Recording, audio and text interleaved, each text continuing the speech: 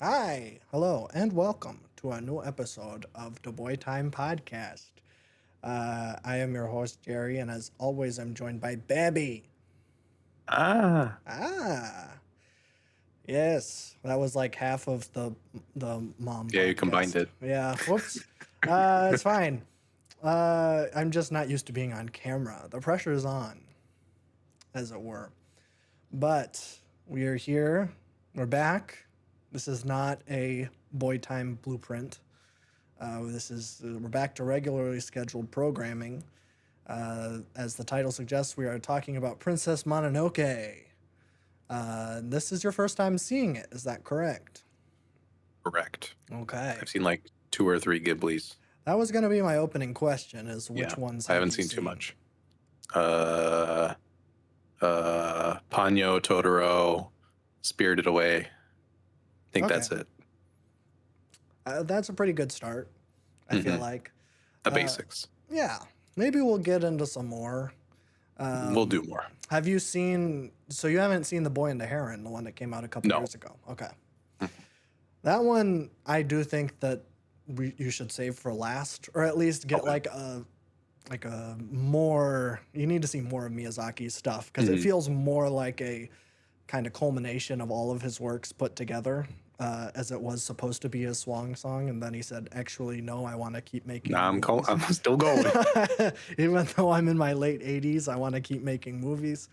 But I'm not upset about that, especially after rewatching Princess Mononoke. And I guess I should also say before we get too much into it that I did recently do this. Speaking of the Mom podcast, I think that was our third episode. But that was back in April, and our discussion mostly surrounded about how icky it was because my mom did not like the ickiness, which frankly I did not remember. Because I was like, oh yeah, I remember some dude gets his arms chopped off at the beginning, and then like someone gets their head chopped off. But I'm like, I don't really remember anything else being gross. And then when I watched it, I was like, oh yeah, this is very, very gross. I can see why she didn't like that. But we won't have to talk about that here because I'm assuming that didn't bother you. What if I think it's really gross too, and then like I couldn't pay attention. Just ew. Well, is that what I'm happened? like, I came from Totoro. Why is there beheadings in here? That's weird. I mean, to be fair, it is kind of weird. It really does stand out in Mhm. Miyazaki's work because this, I believe, is the only R-rated movie that he made. Okay. And a lot of his stuff kind of tends to be more like for all ages. Like as you said, like Totoro, Spirited Away, and Ponyo. hmm Those are movies that anyone can like. Not that like I don't think kids wouldn't necessarily get stuff from this, but it is Yeah. like way more adult in its like themes and stuff, hmm dealing with bigger topics than I think even something like Spirited Away does, which hmm I think is still like a masterpiece, but this is just a different kind of masterpiece. But I think without further ado, we'll just jump into it. Since this was your first time, what did you think? Uh, it's really good. Like, very good. Yeah, Like, pretty much perfect. pretty much. Yeah, pretty much. Hmm. It's very complex and nuanced, but it's very easy to just kind of follow at the same time, which is pretty masterful.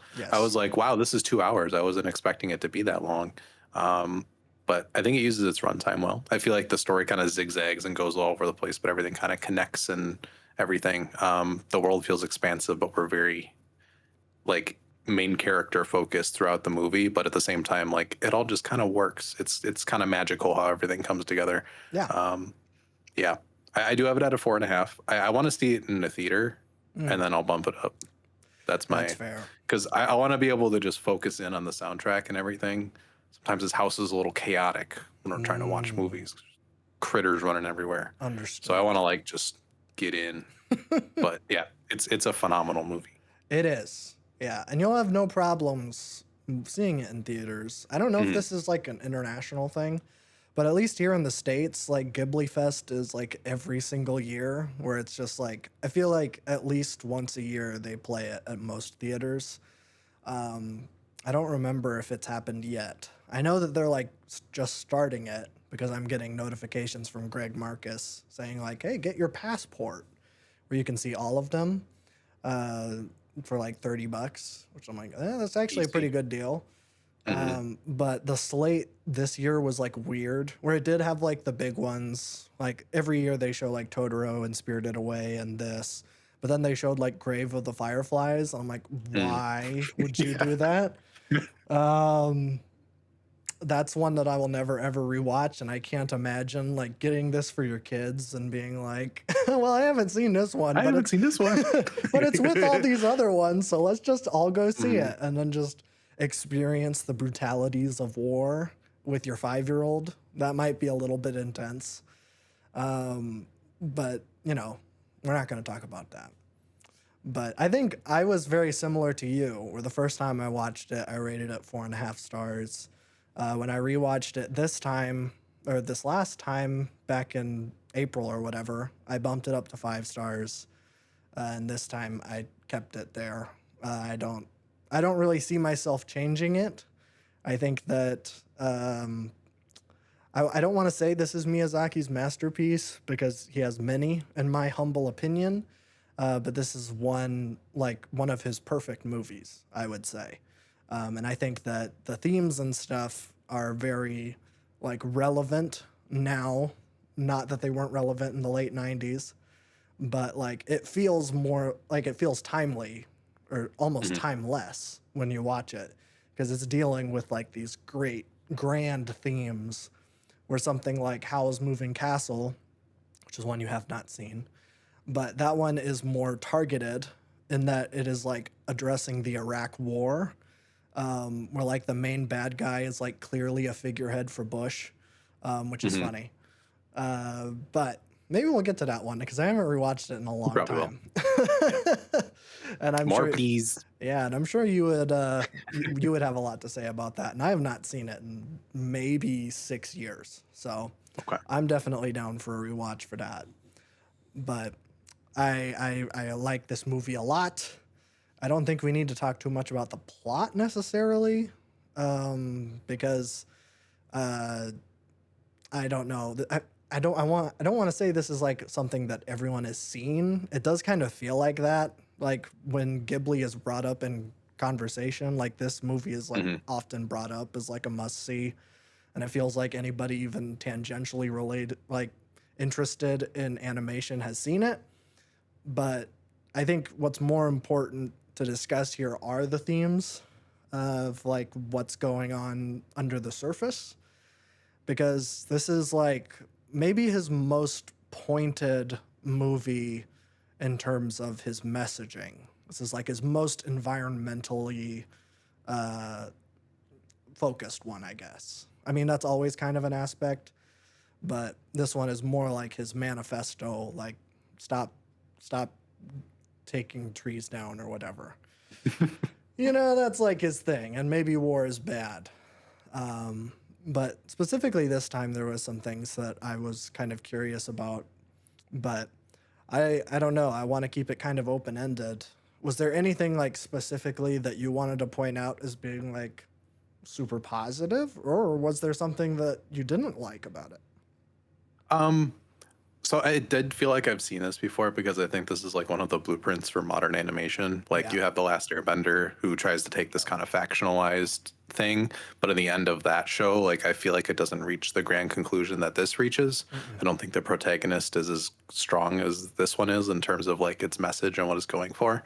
Um, I do enjoy the environmentalism aspect of this because I feel like it takes a real look at it and doesn't just be like, obviously we shouldn't be cutting down trees and Right. like taking over land and doing all that. This is like much more nuanced where it's like there is a civilization who is like industrializing, um and there's multiple civilizations in here all with the same goal of trying to like get this head of the forest spirit, Mm-hmm. for different goals and things, but like the way that it kind of blends everything together is just kind of masterful. And like I feel like people forget a lot that like humans are nature and we're not like separate from animals. Yeah. And I think Ashitaka was like the only person in the entire movie who truly understood that, which is great to have in your protagonist because he literally saw every single angle of it, which is Yeah. great to follow that as a viewer because you're getting every single side of the story and you're able to like kind of piece these things together as the movie's going on, which is fantastic. Hmm.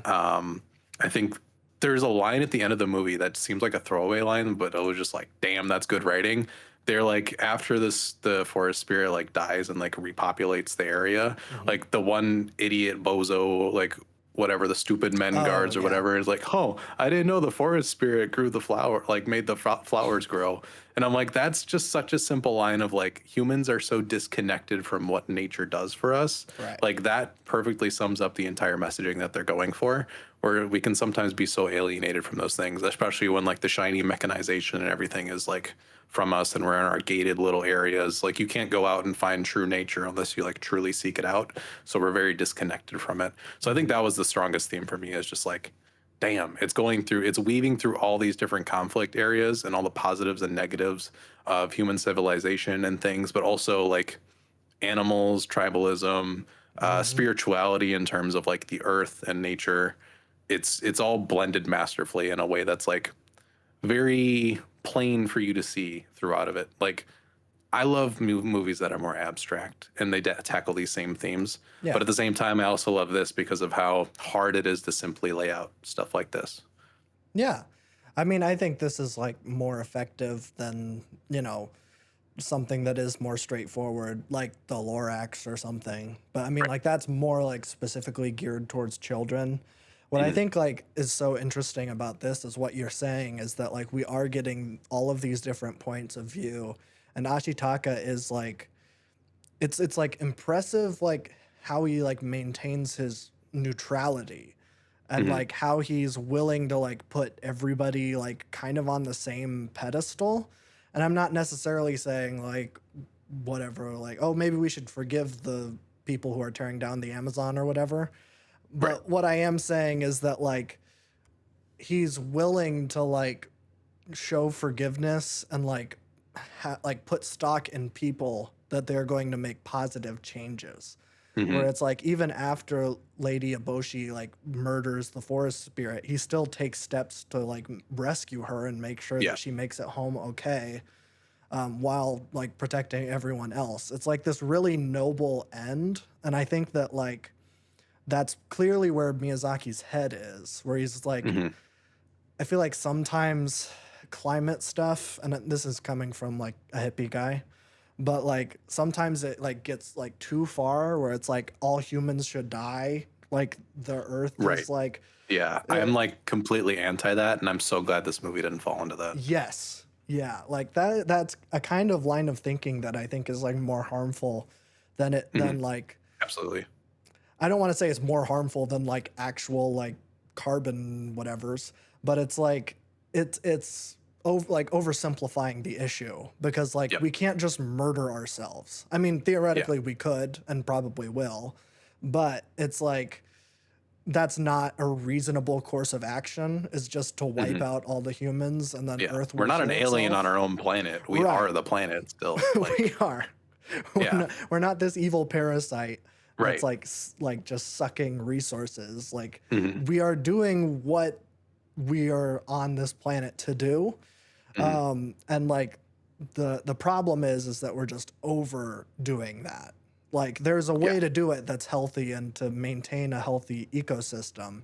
And that seems to be kind of the figurehead that Ashitaka is like talking about, where he Mhm. brings up multiple times in this movie, like, why can't we just live in the forest? And whether that's to the forest spirits that are trying to like hunt down the humans or to the humans that are trying to hunt down the forest spirits, he's like, there has to be some sort of balance. Like you can't Mhm. just wipe out all the humans and you also like can't wipe out the forest. There has to be some sort of balance here. And I think that's like a really effective way to tell that. And it's like really an effective message for like how we should be doing that, really. Mhm. Where it's like we aren't gonna like knock down cities and like whatever. Like we have to find more sustainable ways of living, and I think that's Right. really what that Miyazaki's trying to get across here, which I think is just poetic and beautiful. Mhm. I think especially in America where it's like our cities are huge and there's no like anything to them. But like if Yeah. you go some places in Europe, but a lot of more Asian places where it's like nature is more Yeah. ingrained in the environment where you're living. Like there aren't subdivisions where all nature is dead and the only things that are allowed to grow there are certain kind of trees and the grass needs to be cut. Right. It's more like all this is kind of ingrained as a society because it's how you coexist with the natural world. Mhm. But yeah, I think even like the way it portrays the forest spirits of like they have a way of thinking where it's like all the boars like have they're not afraid of death. They understand that they go as a pack, like all those different ideas. I Yeah. think a lot of it on the human side too is like they are mortally scared of death. Like they don't understand the natural cycle of things. Where like even the way it shows balance at the end of the movie where like the forest spirit dies but it repopulates because that's what happens. Like we are in a constant cycle constantly. Yeah. It's a gigantic yin yang symbol. This movie is in like every single possible aspect, which is just insane Yeah. because it doesn't portray like a specific bad guy. It's like Mm. it's almost like we're observing the natural world take its course and the good and bad in that because like nature isn't always pretty. It destroys, it burns, it does Mhm. things like that. So like you see all of that in a human as well because that's how we also do it. Like we're obviously way too far gone at this point. Yeah. Industrialization has overstayed its welcome to the point where we're sucking resources just to like give it to a group of people at the top to make a profit or Yeah. AI generation tools that are sucking water and power and all these different things. Yes. But it doesn't really take a capitalist stance in this movie because it is more of like a simplified like here's how a society should function and balance with nature and here's like a Right. very microcosmic way of viewing an overstep when it comes to like these guns and the fires and like we're trying to wipe out an entire race of animals so we can take their area in the forest, Right. which there's a lot of metaphor you can do for that as well. Yes. I don't know, everything he tackles has a purpose in this movie and everything is done really well. Yeah. Yeah. That's like why I say like this is an absolute masterpiece. Like Mhm. everything is so deliberate.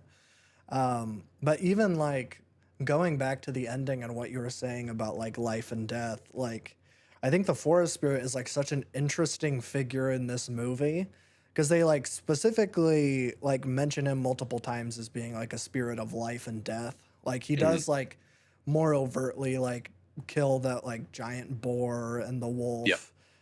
But also like every time he takes a step, he does create life, but then as soon as Mhm. his foot leaves, then it immediately dies. Right. And so it's like really interesting how like that cycle is like so intrinsic to this being's existence. Mhm. Um, and so like I think that that's why that ending really resonates with me is that like it feels like this is Miyazaki saying like kind of like the guards on our bowling alley are down. Like it's kind of Mhm. up to us now. And I think Yeah. that's kind of what he's trying to leave us with is that like I don't know, like maybe like I don't know if it's like getting too literal, but it's like whatever, like spirits of old, especially in like Japanese mythology of like taking care Mhm. of nature, that isn't really a mainstream view over there anymore. And he's like, it's like no longer the spirit's like responsibility, like it's up to us. And I feel like that's really what the ending is.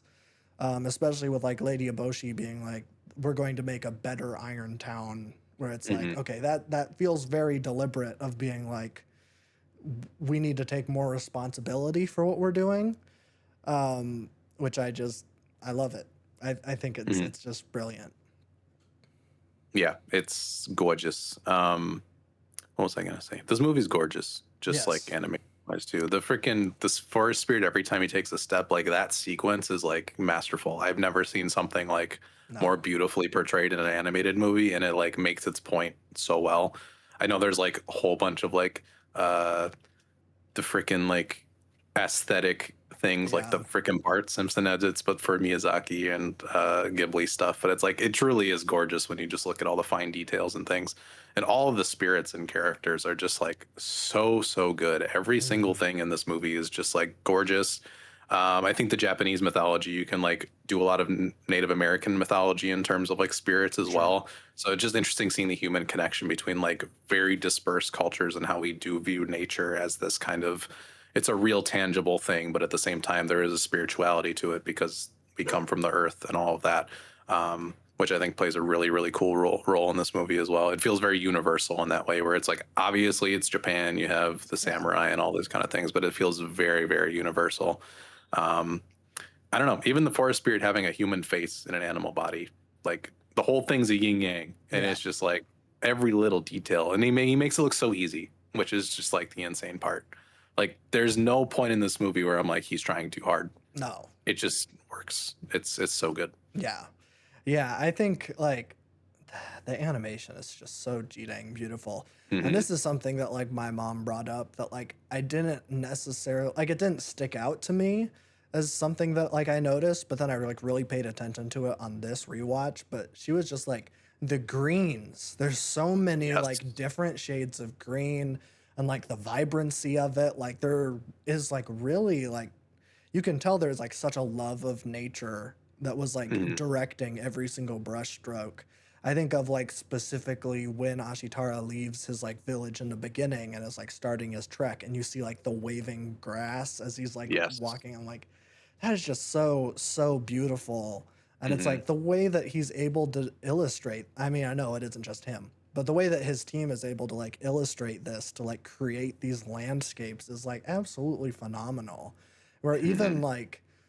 like stuff from, and I'm not saying that Disney is the gold standard, but like even stuff of like the Disney Renaissance, which was going on at the same time, doesn't even necessarily come close to what they're Yeah. able to capture here in terms of like the vibrancy of the colors and like how smooth everything is. That's something that like deserves its own kind of special nomination. Hmm. It's just like I don't know how they get it. Like this is like before like a lot of mainstream digital tools. All this was like hand drawn, and it's just like amazing to me every time I watch this. Just being like I don't like the power of human creativity is amazing. Hmm. And I know that sounds corny, but like this movie kind of does that to you. It like brings Yeah. out these kind of like childish emotions where it's just like this is like beautiful and it's kind of like stunning in a lot of ways. Um, There's like a number of times where I'm like, how did they do that? Because like in my job, I'm like a professional creative, but I'm the guy that has to figure out how it all works together practically and not necessarily coming up with the idea. But there's multiple times where they pan almost 360 and it's a yeah, watercolor seamless background and it just works perfectly. Or like when the forest spirit first is on screen, there's a zoom into the forest through the trees yeah. that is so seamless, but it's all watercolor, full detail. I'm like, how on earth did they do that? They'd have to cut out each individual tree, make sure it is still at the fullest resolution with that watercolor painting, Hmm. and do a seamless zoom in. It's just like, I don't know how on earth they were able to kind of pull that together. But also like the contrasting blood and like the worms, especially like that matching with the greens, like it really makes it like a stark thing, especially like I think when the boar spirit was like getting consumed by the worms or whatever, like that whole sequence Hmm. is just like insanely well directed in terms of like animation and art and everything. There's like there's blood in movies, but there's more like this has a real purpose to it. Like sure there's like scenes where they're just kind of like fighting or whatever, but Yeah. the worms kind of devouring something and you see the actual like degradation of a creature back to the earth is like you get the full raw kind of sequence with a lot of this stuff. It's as pretty as the forest spirit stepping in the exact opposite way. It is. It's crazy. Yeah. And I like that was like part of like when me and my mom covered it of she being like so grossed out. I'm like, that is the point.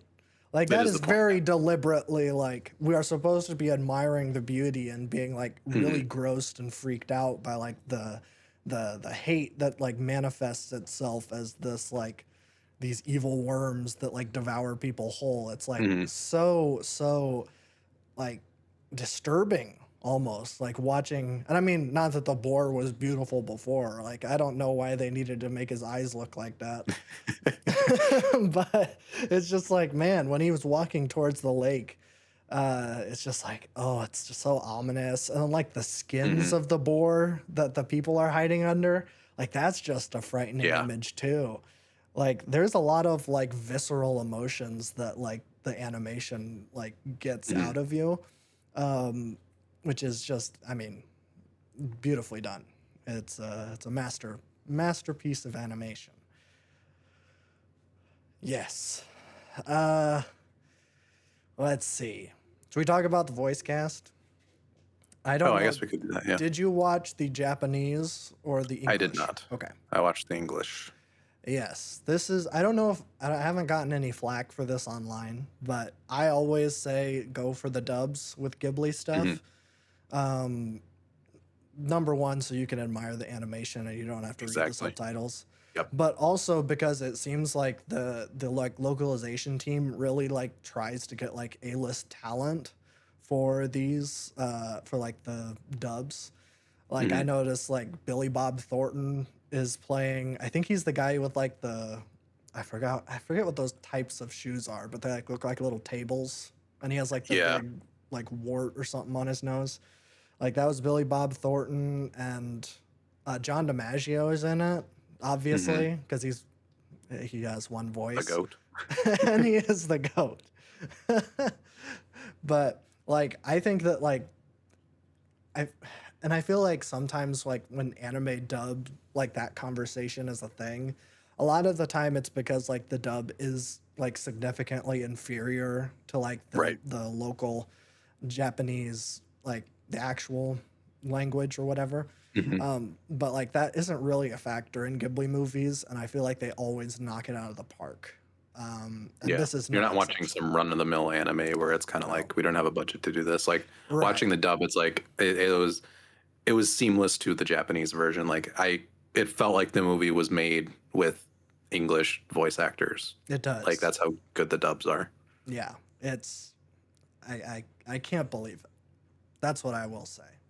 And I don't know what the conversation is with Ghibli movies and subs and dubs, but like this has always been my opinion Hmm. on it. I'm like, I just want to watch it. I would say in general, I am more of a subs over dubs in terms of watching like foreign movies, but like Hmm. this is the main exception. Yeah, if Um, it's live action, I'm going subtitles. But like with animation, it's like I want to pay so much attention to like the right. actual animation of it at all. That's like that's too much to keep track of. Yes, that's a good point. So I know that HBO Max does have both, and they have both for It like does, yeah. all of them, Hmm. which I do appreciate because I do think that people should have the option. Hmm. Um, but I would say go check out the English dub if you speak English, or if you speak Japanese, check out the English dub and put subtitles on and get to experience what it's like for all of us. The weirdest way possible. That would be fun. I mean, no, people don't do that. Where it's like, who watches like Terminator in Spanish or something? That'd be kind of fun.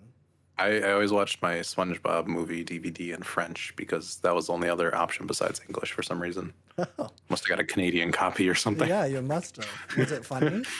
It was funny. Bob Sponge. Oh, nice. Bob Sponge. I like that. Oh, okay. So we talked about environmental stuff. I think that another important thing to talk about is like conflict, because that is Mhm. something that is brought up a lot in this movie.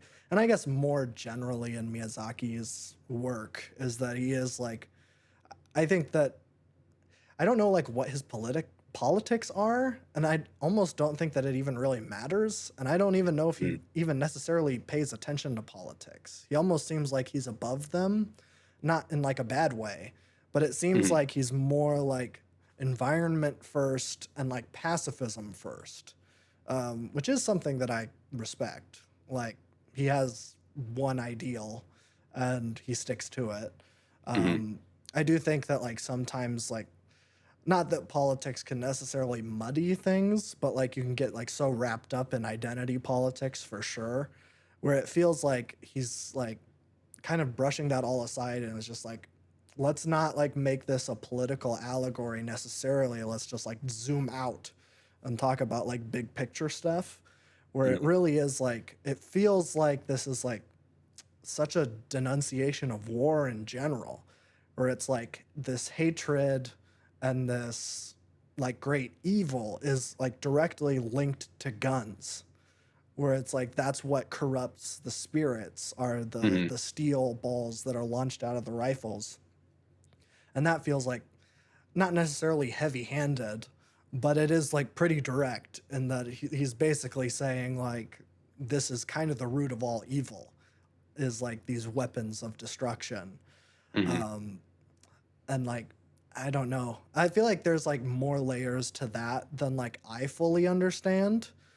And we were kind of joking before recording where we were talking about Mulholland Drive and me saying that I don't get it. And I think that there are some aspects to this movie that like I still don't get all of the layers to, and I've seen it multiple times. Hmm. But I think that is one of them where there's like almost, I'm not going to say there's too much nuance.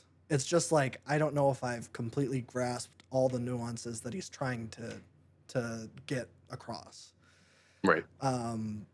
But like that's pretty striking imagery when he's like holding the ball with like the cursed hand. It's like Hmm. that's pretty damning. Like Yeah. I really like that imagery. But yeah, what did you think? Do you like conflict? Do you like shooting people?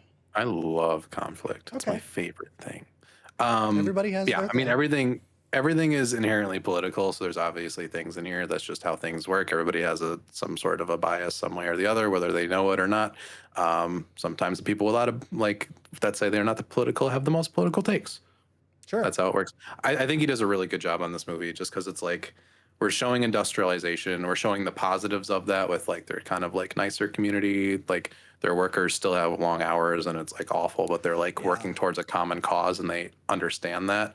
But at the same time, it's like with that kind of leap forward, you're like, okay, we need to expand, we need to go further. So we're taking these new weaponry and we're blowing away whatever we don't understand so we can get more space here, here, and here. And Mhm. then we can go against these other groups of people that we're like trying to go against. Like the war battle scenes were just like interesting because like we're having three different groups of people kind of come together to have like they all have a goal that they want to get out of this. So he's like very good at boiling down to like the brass tacks of like what the purpose of each of these civilizations is doing. Mhm. So it doesn't like muddy it up in any of like the identity or anything like that. I think a lot of movies nowadays don't understand how to make a political point. So then it Yes. just gets really muddied and then it's just like, why did you even bring it up at this point? Right. But yeah, I mean like even with like the Iron Talon, like there's this group of lepers that like she kind of shields and keeps like busy and when like no other place will take them. So it's like you have these positive sides, but you also have like their overarching thing is to make the best gun they possibly can Right. so that they can like be the alpha dogs in this like human civilization area and they can get the forest and control the forest. So it's like there's a lot of nuances in what he does here still, which is just like really, really well done. Yeah. Yeah, I don't know. I think it tackles conflict well. I think it's like again having your protagonist be kind of the observer, but also like still a protagonist. You get to see all these different like the main kind of dialectical problem, so be it, of every single group where it's like, here's what we need, here's our issue, how will this resolve? And then the movie goes towards that resolution. Right. And then when the movie's over, it's like everybody is kind of gets what they want. So it's an interesting solution of like we're killing a god, but the god is Earth, so Yeah. that God repopulates the Earth, and we'll continue living on in some other form. Um, but I don't know. It was a very good way of doing it. I think I point towards like the Last Airbender as like Yeah. I don't know if they tackled that the best when it came to like it started very well. I think the ending of that show though was like we always need to like find compassion in that. Like it doesn't set up the best, I don't think, when it comes to like a nuanced take. I think this Mhm. does it a lot more cleanly. Sure. Um, because like a lot of the reasoning in that show is like, no, Aang, you have to kill him. Every single person says that and then doesn't expand upon it. And then Aang's like, no, I must not kill him. And then they don't really expand upon that. Yeah. You get those little details that you get in here. So Right. And I mean, I don't want to bash uh, The no, Last absolutely not. Airbender. I mean, I Yeah. think that that is also It's still like a phenomenal. genius show. Yeah. And obviously, like that feels more like geared towards younger people. Obviously, it was Yes. on Nickelodeon, and there's Hmm. nothing inherently wrong with that. I feel like that's like a pretty good introduction to these like Yep. subjects. But something like this that covers it with such nuance, like feels not necessarily more adult. I mean, it is obviously, but that Mhm. almost like sounds like I'm putting down The Last Airbender for being like a kids show. And But this is just more nuanced. It shows more of yeah, realities of what happens. Like it's not all good or all bad. It's a mixture of both right. always. Right. Yeah, and I think that that's like super important. I do Mhm. think there are like more overt bad guys, but they aren't like the main players. Like the main Yeah, players exactly. are like the spirits and like the Iron Town. And like Mhm. Irontown itself is like such an interesting faction in this because like we spend a lot of time with them and like that is like super deliberate in that like I don't think we are supposed to necessarily think of Irontown as the bad guys, even Mhm. though Lady Eboshi wants to murder God. Yeah. But like everybody else, like they feel indebted to her, like the lepers, like you said, they like feel like, well, she's the only one that like lets us stay here. Everyone else Mhm. kicks us out. And then like she buys all of the prostitutes out of brothels, has them work in kind of a sweatshop, but they seem to like it. Uh, Exactly. so like it seems like everybody in this town is working together for something that they feel is right, which makes it kind of hard to like paint them with a broad brush and saying like, well, they're the bad guys. But like the other human factions, I feel like are more clear in that, where it's like Mhm. the guys who are in the boar skins, they're like clearly in it just for money, because they get like a pardon from the emperor, and like the emperor's paying them however much to get the head. And then there's like the other samurai tribe that seems to just like be attacking Irontown simply because they want control.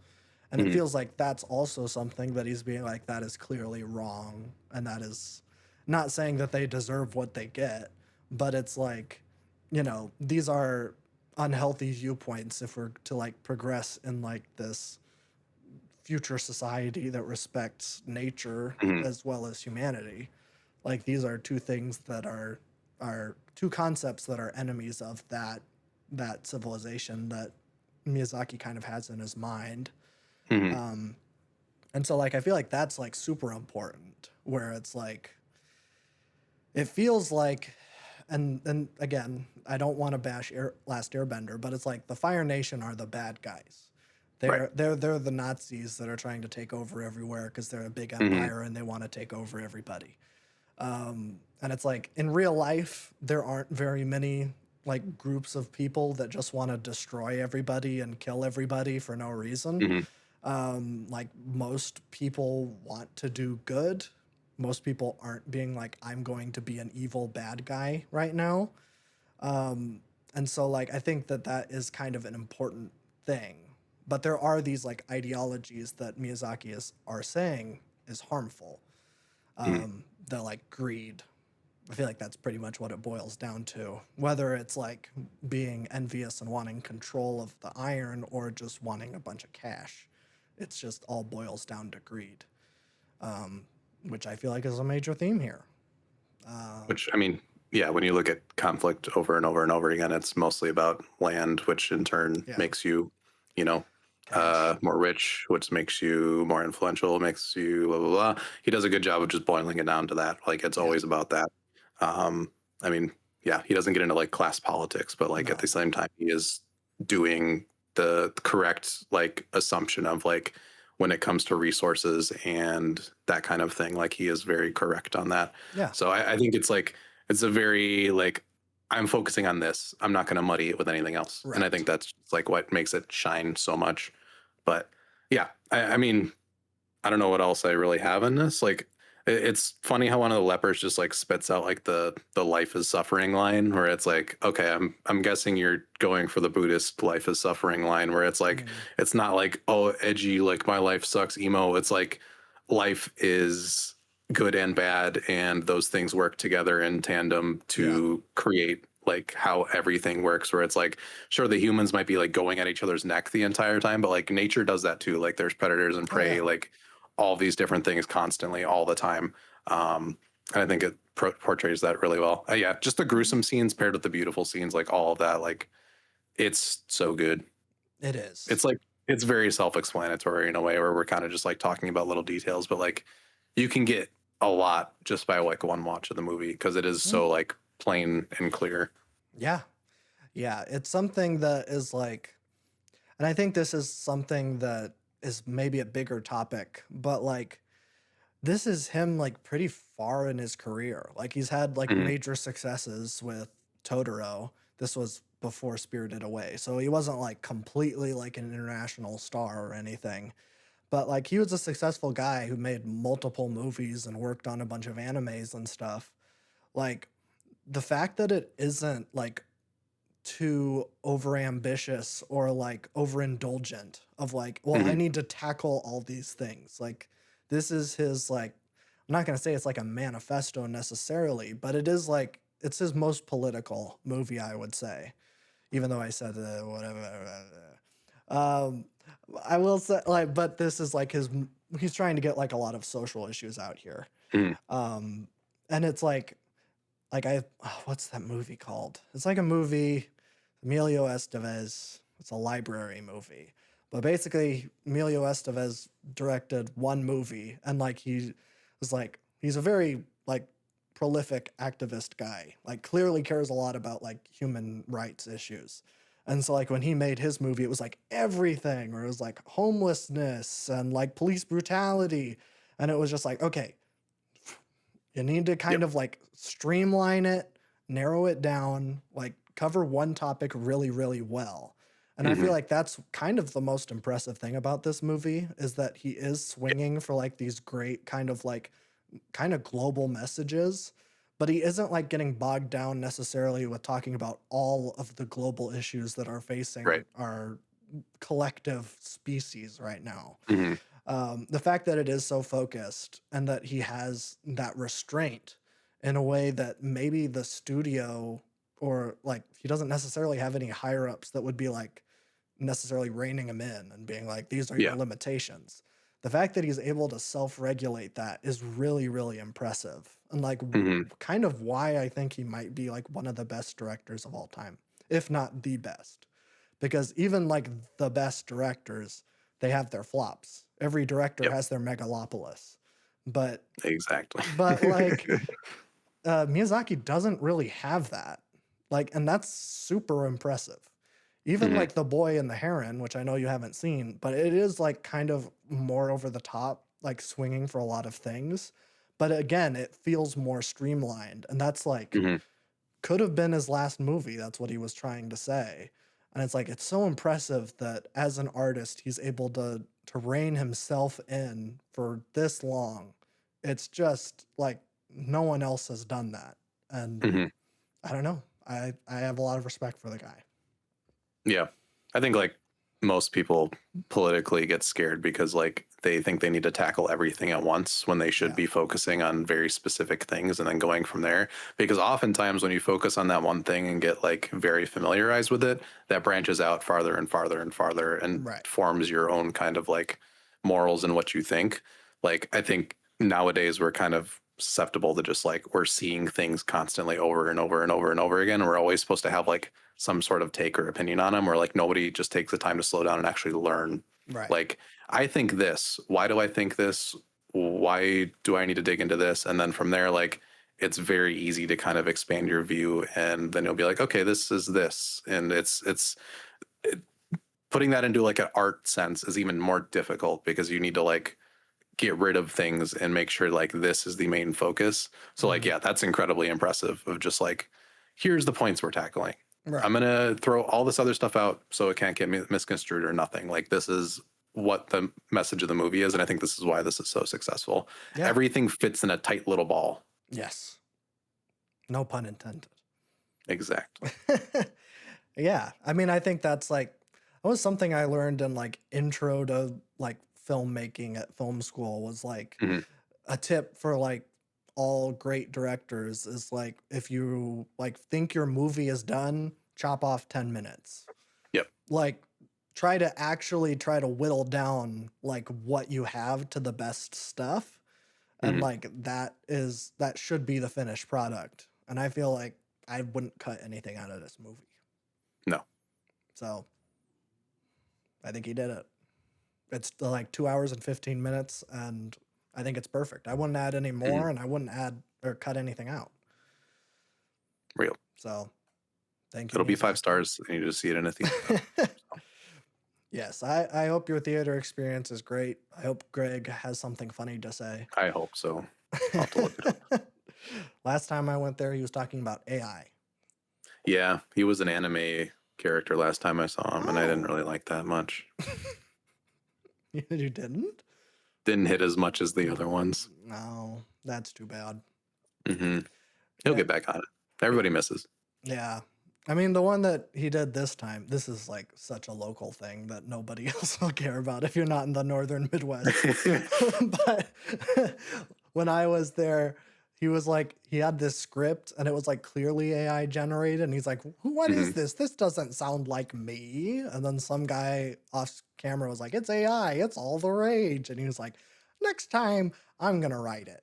And it's going to be from my own mouth because I'm a real person guy. And I'm like, wow, Greg. My goat. Thank you, Greg. AMC could never. AMC will never. They're too busy slopping up Disney. I suppose. I guess so. Yeah, I think that's pretty much all I have to say. Me too. I think between the two podcasts, I've said everything I need to. Yeah. I think that this podcast is better. Okay. I'll say that.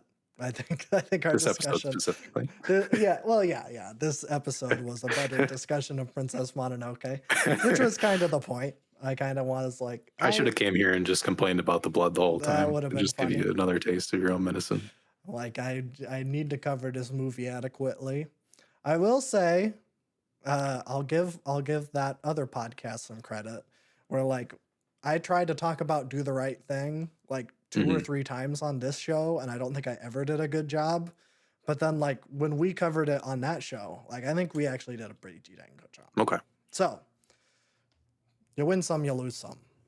I'm very intimidating. Sometimes you gotta get away from me to explain things. I don't know if it was that. I think it was just like me trying I'm to very say. scary. I think it was just me like trying to say everything and not necessarily having someone to talk to about it because you haven't seen it. Maybe we'll do that on the show. Actually, I don't. That movie is too heavy. We need to take some time. I can do Princess Mononoke back to back. I can't do the Right Thing back to back. Yeah. Even though it is very funny. Join us next time for Grave of the Fireflies. I'm never watching that movie again. I've said that. Like, that is the saddest movie I've ever seen. It's something that I think everyone should see because it's like very important, but I don't know if I'll ever watch it. It's that and Hereditary. Okay. Although Hereditary isn't like taking as big a swing as Grave of the Fireflies. Yeah, I suppose. Those are very different reasons why I'll never watch those again. Even though they're both 5 stars in my opinion. So just want to put that out there. But do we have what we're gonna do next? I don't think we can. I don't think we do. It'll be a movie, probably. Probably. So strap in. Music stuff's on the main channel now, so go back there. We're doing the same thing, but we'll be on that channel. Yeah, that was a one-time thing. That was just kind of dipping our toes in, trying to figure out the new format. But I think it went pretty well. And so did the actual Boy Time video that we recorded. Yes, which should be out soon. Yeah. I mean, it isn't out by the time of us recording it, but it might be out by the time this episode comes out. Yeah. Probably will be out by the time this episode comes out, I should say. Mm-hmm. I'm slow to edit, so it will, probably. Okay. So, go watch that. It's on Talk Talk. I forgot what the album's called. When Spring Comes? The Color of Spring. It has spring in it, though. Okay. Well, I'm very glad that I was able to get close. I like completely blanked. I don't know if I like ever knew the name of it. I'm just like, oh, the Butterfly album. That's how I refer to it too. So yeah. But you do know the title, so that's better than me. I do. That's better than me. I still don't like. I'm still fuzzy on that Imogen Heap album. That is like my favorite album. I'm like, I don't even want to try because I know one with the bad cover. Yeah. Which we don't really do a normal podcast, but did you see that it's getting a remaster? Ooh, And it has a new interesting. cover. Okay. I pre-ordered it. It's coming out in October. It'll probably be on the wall. That's probably smart. That's probably smart. But yeah, it was like a new, like she specifically went in and cleaned it up and Mm, was like, it's so crazy how technology has advanced. And like the single she released for it is hide and seek, and it's like amazing. So okay. obviously, so just shouting that out. Look forward to that. Um, and also look forward to our next podcast, which we don't know what it is, but it will be here in 2 weeks. Okay, bye.